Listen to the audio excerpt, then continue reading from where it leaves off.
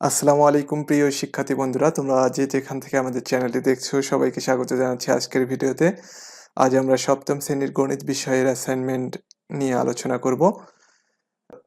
তার আগে তোমরা যারা এখনো আমাদের চ্যানেলটি সাবস্ক্রাইব করোনি অবশ্যই চ্যানেলটি সাবস্ক্রাইব করে নেবে।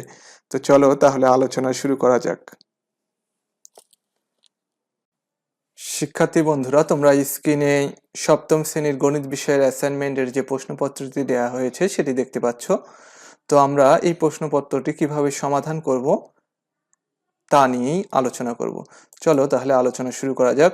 প্রথম প্রশ্নটির দিকে আমরা আসি। প্রথম যে প্রশ্নটি দেওয়া হয়েছে সেটি হলো একটি চিত্র দেওয়া হয়েছে, জ্যামিতিক চিত্র, এবং চিত্রে বিএ এবং সিই রেখাদ্বয় পরস্পর সমান্তরাল। আমাদেরকে যেটি করতে হবে, প্রথম বিএসি এবং এসিই এর মধ্যে একটি সম্পর্ক লিখতে হবে। তো আমরা এটি সলভ করি প্রথমে। তো বন্ধুরা, যেহেতু বিএ এবং সিই রেখাদ্বয় পরস্পর সমান্তরাল এবং এসি এদের ছেদক, তাহলে আমরা বলতে পারি কোণ বিএসি এবং কোণ এসিই এরা একান্তর কোণ। তাহলে এটি হচ্ছে সম্পর্ক, এবং একান্তর কোণগুলো আমরা জানি এরা কি হয়, পরস্পর সমান হয়। তাহলে আমরা এটি বলে দেব যে যেহেতু বিএ এবং সিই রেখাদ্বয় পরস্পর সমান্তরাল এবং এসি তাদের ছেদক, তাই বলা যায় কোণ বিএসি এবং কোণ এসিই কোণদ্বয় পরস্পর একান্তর কোণ এবং এরা পরস্পর সমান। আশা করি তোমরা বুঝতে পেরেছো। এরপর যেটি বলা হয়েছে, দেখাও যে কোণ বিএসি প্লাস কোণ এবিসি ইকুয়াল টু কোণ এসিডি। এক্ষেত্রে আমরা প্রথমে একটি বিশেষ নির্বাচন দেব, কারণ এটি একটি উপপাদ্য। তো বিশেষ নির্বাচন যেভাবে লেখা হয়েছে এখানে, যে উদ্দীপকে প্রদত্ত চিত্রে দেওয়া আছে বিএ সমান্তরাল সিই, দেখাতে হবে যে কোণ বিএসি প্লাস কোণ এবিসি ইকুয়াল টু এসিডি। এখন বন্ধুরা এটি আমরা প্রমাণ করব। তো প্রমাণ করার ক্ষেত্রে প্রথমে দেখো, এই ত্রিভুজ এবিসি আমরা জানি তিন কোণের সমষ্টি কত ডিগ্রি, 180 ডিগ্রি বা দুই সমকোণ। তাহলে এবিসি ত্রিভুজের তিনটি কোণ কি কি? কোণ এবিসি প্লাস কোণ বিএসি প্লাস কোণ এসিবি। তাহলে এটি ইকুয়াল টু দুই সমকোণ। এটাকে আমরা 1 নম্বর সমীকরণ বললাম। এরপর তোমরা দেখো বিসিডি এই কোণটি একটি সরল কোণ। তাহলে আমরা কি বলতে পারি, বিসিডি কোণটিও দুই সমকোণ। আবার কোণ বিসিডি কোণটিকে লেখা যায় কোণ এসিবি প্লাস কোণ এসিডি। তাহলে আমরা 1 এবং 2 নং সমীকরণ থেকে বলতে পারি কি, এই কোণ ইকুয়াল টু, অর্থাৎ কোণ এবিসি প্লাস কোণ বিএসি প্লাস কোণ এসিবি ইকুয়াল টু কোণ এসিবি প্লাস কোণ এসিডি। তাহলে বন্ধুরা এই দিক থেকে এসিবি এবং এই দিক থেকে এসিবি আমরা কেটে দিতে পারি। তাহলে আমরা কি বলতে পারি, কোণ এবিসি প্লাস কোণ বিএসি ইকুয়াল টু এসিডি। বন্ধুরা এটি আমাদেরকে প্রমাণ করতে বলা হয়েছে। তো আশা করি তোমরা বুঝতে পেরেছো। এরপর যে প্রশ্নটি তোমাদের দেয়া আছে সেটি হলো, প্রমাণ করো যে কোণ এবিসি প্লাস কোণ বিসিডি ইকুয়াল টু দুই সমকোণ। তো এক্ষেত্রেও আমরা প্রথমে বিশেষ নির্বাচন দেব, অর্থাৎ উদ্দীপকের চিত্রে দেয়া আছে বিএ সমান্তরাল সি, প্রমাণ করতে হবে যে এবিসি প্লাস কোণ বিসি ইকুয়াল টু দুই সমকোণ। এক্ষেত্রেও কিন্তু বন্ধুরা কোণ বিসিডি সরল কোণ, অর্থাৎ বিসিডি, আসলে এটাই ডি হবে বন্ধুরা, এখানে ই টাইপ হয়ে গিয়েছে। তো বিসিডি সরল কোণ হয়, আমরা বলতে পারি কোণ বিসিডি ইকুয়াল টু দুই সমকোণ। অর্থাৎ দেখো বিসিডি কে যদি আমরা ভেঙে লিখি, কোণ বিসিই প্লাস কোণ ইসিডি এটি হয়। তো তাহলে এটি ইকুয়াল টু দুই সমকোণ। আবার বলা হয়েছে বিএ সমান্তরাল সিই, এই বিএ রেখাটা সিই রেখাটার সমান্তরাল। এক্ষেত্রে আমরা কি বলতে পারি, যে কোণ এবিসি ইকুয়াল টু কোণ ইসিডি, এরা কি ধরনের কোণ, অনুরূপ কোণ। এটা যদি হয় বন্ধুরা, তাহলে আমরা 1 নং সমীকরণে ইসিডি এর জায়গায় এবিসি বসাই দিতে পারি। তাহলে সেক্ষেত্রে যা হচ্ছে, কোণ বিসিই প্লাস কোণ এবিসি ইকুয়াল টু দুই সমকোণ, অর্থাৎ ABC plus BCE equal to দুই সমকোণ, যেটা আমাদের প্রমাণ করতে বলা হয়েছে। এরপর বন্ধুরা আমাদের যে প্রশ্নটি দেয়া হয়েছে সেটি হলো 2 নম্বর প্রশ্ন, যে একটি ত্রিভুজের দুইটি বাহু এ ইকুয়াল টু 3.2 সেন্টিমিটার এবং বি ইকুয়াল টু 4.5 সেন্টিমিটার, এবং কোণ বি ইকুয়াল টু 30 ডিগ্রি। প্রথমে আমাদের যেটি বলা হয়েছে যে কোণ বি এর সমান একটি কোণ আঁকো। যেহেতু এটি 30 ডিগ্রি কোণ বন্ধুরা, এই কোণটি আমরা চাঁদার মাধ্যমে 30 ডিগ্রি কোণ এঁকে নেব। আশা করি তোমরা এটি আঁকতে পারবে। এরপর যে কোশ্চেনটি দেওয়া রয়েছে যে একটি ত্রিভুজ আঁকো যার দুই বাহু এ ও বি এবং এদের অন্তর্ভুক্ত কোণ বি। তাহলে এক্ষেত্রেও আমরা কি করব, যে প্রথমে বিশেষ নির্বাচন লিখব যে একটি ত্রিভুজের দুইটি বাহু এ ইকুয়াল টু 3.2 সেন্টিমিটার এবং বি ইকুয়াল টু 4.5 সেন্টিমিটার এবং এদের অন্তর্ভুক্ত কোণ বি ইকুয়াল টু 30 ডিগ্রি দেওয়া আছে, ত্রিভুজটি আঁকতে হবে। তো এটি আমরা কিভাবে আঁকবো সেটি একটু দেখি। প্রথমে আমরা কি করব, যে কোনো একটি রশ্মি বিডি থেকে এ ইকুয়াল টু 3.2 সেন্টিমিটারের সমান করে বিসি অংশ কেটে নেব। এরপর বিসি রেখাংশের বি বিন্দুতে কোণ বি এর সমান করে কোণ সিবিই আঁকবো। এরপর বিই রেখাংশ থেকে বি এর সমান করে বি এ অংশ কেটে নেব। এরপর এ এবং সি যোগ করে দেব। তাহলে এই এবিসি ত্রিভুজটি হবে উদ্দিষ্ট ত্রিভুজ। আশা করি তোমরা বুঝতে পেরেছো। এরপর যেটি রয়েছে সেটি হলো এমন একটি ত্রিভুজ আঁকো যার দুইটি বাহু এ ও বি এবং কোণ বি এর বিপরীত বাহু এ হয়। তাহলে এই ত্রিভুজটি আমরা যেভাবে আঁকবো, এখানে প্রথমেই বিশেষ নির্বাচন আমরা দেব যে মনে করি একটি ত্রিভুজের দুইটি বাহু এ এবং এ বাহুর বিপরীত কোণ বি দেওয়া আছে, ত্রিভুজটি আঁকতে হবে। তাহলে প্রথমে এক্ষেত্রেও আমরা কি করব, যে কোনো একটি রশ্মি বিডি নেব এবং বিডি এর বি বিন্দুতে কোণ বি এর সমান করে কোণ ডিবিই আঁকবো। এবার বিই রেখা থেকে বি এর সমান করে বি এ অংশ কেটে নেব। এরপর এ বিন্দু থেকে এ এর সমান ব্যাসার্ধ নিয়ে বিডি রেখার উপর একটি বৃত্তচাপ আঁকবো, যেটি বিডি কে সি এবং সি ড্যাশ বিন্দুতে ছেদ করবে।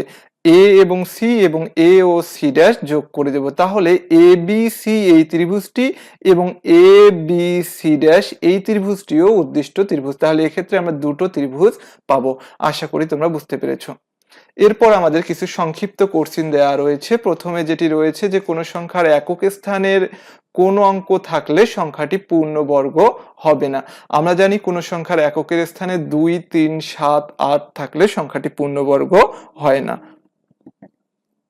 আশা করি তোমরা বুঝতে পেরেছো। এরপর বলতেছে ক এর বর্গ সংখ্যার একক স্থানে 6 থাকলে ক এর একক স্থানের অঙ্কটি কি কি হতে পারে।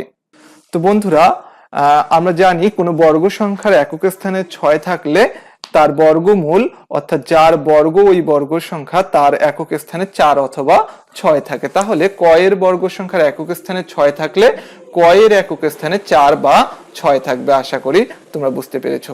এরপর যেটি বলা হয়েছে সেটি হলো 2, 4, 3, 3, 6 অর্থাৎ 24,336 সংখ্যাটির বর্গমূল কত অঙ্ক বিশিষ্ট। তো আমরা জানি কোন সংখ্যার একক স্থানীয় অঙ্ক থেকে শুরু করে বাম দিকে এক অঙ্ক পর পর যতটি ফোঁটা দেয়া যায় এর বর্গমূলের সংখ্যাটি তত অঙ্ক বিশিষ্ট হবে। তোমরা দেখো যে আমরা যদি 24,336 এর একক স্থানীয় অঙ্ক অর্থাৎ 6 থেকে বাম দিকে একটি অঙ্ক পর পর যাই, অর্থাৎ 6, 3 বাদ দিয়ে পরে 3, তারপর 4 বাদ দিয়ে 2, তাহলে 3টি সংখ্যা পাই বা 3টি ফোঁটা পাই। তাহলে আমরা বলতে পারি 24,336 এর বর্গমূল হবে 3 অঙ্ক বিশিষ্ট।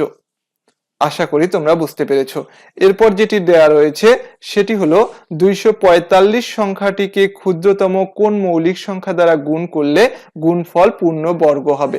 আমরা যদি 245 সংখ্যাটিকে মৌলিক গুণনীয়কের মাধ্যমে প্রকাশ করি তাহলে পাই 5 গুণন 7 গুণন 7। দেখো বন্ধুরা, এখানে 5 কিন্তু জোড়াবিহীন, 7 জোড়া যুক্ত। তাহলে আমরা বলতে পারি এই সংখ্যাটির সাথে যদি 5 গুণ করি তাহলে সংখ্যাটি পূর্ণবর্গ হবে। আশা করি তোমরা বুঝতে পেরেছো।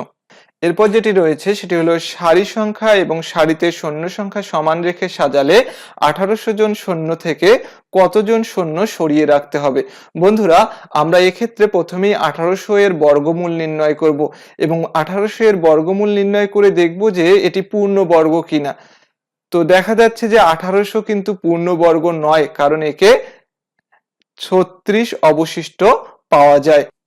তাহলে আমরা বুঝতে পারি যে 1800 জন সৈন্য থেকে যদি আমরা 36 জন সৈন্য সরিয়ে রাখি তাহলে সৈন্য সংখ্যা এবং সারি সংখ্যা সমান করে আমরা সাজাতে পারবো। আশা করি তোমরা বুঝতে পেরেছো। এরপর যেটি দেয়া রয়েছে, এক্স এর মান দেয়া রয়েছে 2, ওয়াই এর মান 3, তাহলে twice x minus twice y থেকে minus twice x minus thrice y এর বিয়োগফল এর মান কত হবে? তো আমরা প্রথমে twice x minus twice y এবং minus twice x minus thrice y এর বিয়োগফল বের করি। দেখো বন্ধুরা, twice x minus twice y এবং minus twice x minus thrice y এর বিয়োগফল হচ্ছে 5x প্লাস ওয়াই।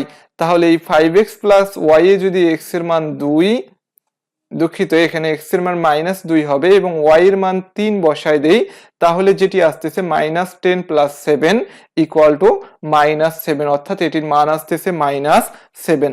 আশা করি তোমরা বুঝতে পেরেছো। এরপর যেটি দেওয়া রয়েছে সেটি হলো 7x মাইনাস 3 এবং 7x প্লাস 5 এর গুণফল কত? তো বন্ধুরা আমরা এটি গুণ করে দেখি, যে দেখা যাচ্ছে যে 7x এবং 7x গুণ করলে হচ্ছে 49x² এবং 7x এবং 3 গুণ করলে হচ্ছে 21x। অপরদিকে 5 এবং 7x গুণ করলে হচ্ছে 35x এবং 3 এবং 5 গুণ করলে হচ্ছে -15। তাহলে যে অ্যান্সারটি আমরা পাচ্ছি 49x² প্লাস 14x মাইনাস 15। আশা করি তোমরা বুঝতে পেরেছো। এরপর যেটি রয়েছে সেটি হলো 2a² minus 6ab plus 6b² কে 2a মাইনাস 3b দ্বারা ভাগ করলে ভাগফল কত হবে? তো আমরা ভাগ করে দেখি, যে আমরা দেখতে পাচ্ছি 2a মাইনাস 3b কে যদি আমরা a দিয়ে গুণ করে দিই তাহলে হচ্ছে 2a² মাইনাস 3ab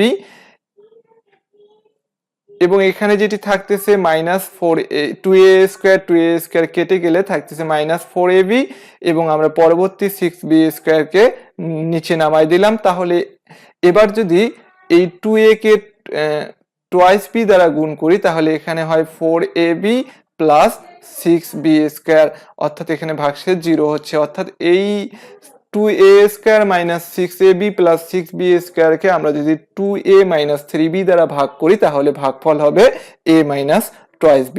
আশা করি তোমরা বুঝতে পেরেছো। এরপর আমাদের একটি সরল অঙ্ক দিয়েছে, যে 2 into 6 minus 3 minus 2 into 4 minus 3। তো প্রথমে আমরা, যেহেতু এটি সরল অঙ্ক, আমরা বদমাশ রুল অনুযায়ী প্রথমে আমরা ফার্স্ট ব্র্যাকেটের কাজ করব, অর্থাৎ 4 মাইনাস 3 কত হচ্ছে 1 এবং 1 এবং 2 গুণ করলে হচ্ছে -2 গুণ করলে হচ্ছে -2 এবং এরপরে আমরা কাজ করব সেকেন্ড ব্র্যাকেটের, অর্থাৎ -2 গুণন 3 কত হচ্ছে 6 প্লাস 6। তাহলে এই 6 এবং এই 6 যোগ করে দিলে হচ্ছে 12, অর্থাৎ 2 গুণন 12 অর্থাৎ 24 হচ্ছে আমাদের অ্যান্সার। আশা করি তোমরা বুঝতে পেরেছো। এরপর যেটি দেওয়া রয়েছে সেটি হলো x⁴ minus 7x³ plus twice x minus 11 রাশিটির x³ এর সহগ এবং ধ্রুবক পদের বিয়োগফল কত? তো বন্ধুরা আমরা এই রাশিটির x³ এর সহগ দেখতে পাচ্ছি -7 এবং ধ্রুবক পদ যেটি সেটি দেখতে পাচ্ছি -11। তাহলে x³ এর সহগ থেকে ধ্রুবক পদ আমাদের বিয়োগ করতে হবে, অর্থাৎ -7 থেকে -11 আমাদের বিয়োগ করতে হবে। এক্ষেত্রে মাইনাস এবং মাইনাস গুণ করে দিলে প্লাস হয়ে যাবে, অর্থাৎ এর অ্যান্সারটি আসবে 4। তো বন্ধুরা এই ছিল তোমাদের সপ্তম শ্রেণীর গণিত বিষয়ের অ্যাসাইনমেন্ট। আশা করি তোমরা বুঝতে পেরেছো এবং এর সাহায্য নিয়ে তোমরা তোমাদের অ্যাসাইনমেন্টটি সম্পন্ন করতে পারবে। তো বন্ধুরা আজ এ পর্যন্তই। ভিডিওটি ভালো লাগলে অবশ্যই ভিডিওটিতে লাইক করবে এবং কোনো প্রশ্ন থাকলে অবশ্যই কমেন্টে তা জানাবে। আল্লাহ হাফেজ।